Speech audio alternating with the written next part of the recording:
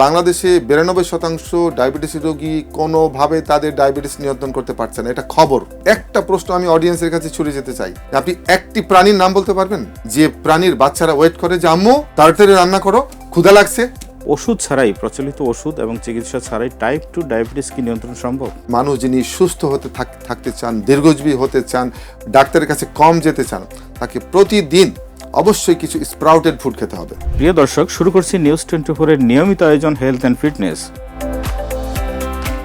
আজ আমাদের স্টুডিওতে অতিথি হিসেবে উপস্থিত আছেন ডাক্তার মনিরুজ্জামান। খাবার সম্পর্কে আমাদের নলেজ খুবই কম। যদি পেটের জীবাণু মেরে ফেলেন, একজন ব্যক্তি দ্রুত মরে যাবে অসুস্থ হয়ে। কথাই বলে যে পেট ফিট তো মাথা হিট, এরকম আপনিও একটা কথা বলে থাকেন। ভুঁড়ি থেকে মুড়ি সর্বরোগের গুড়ি।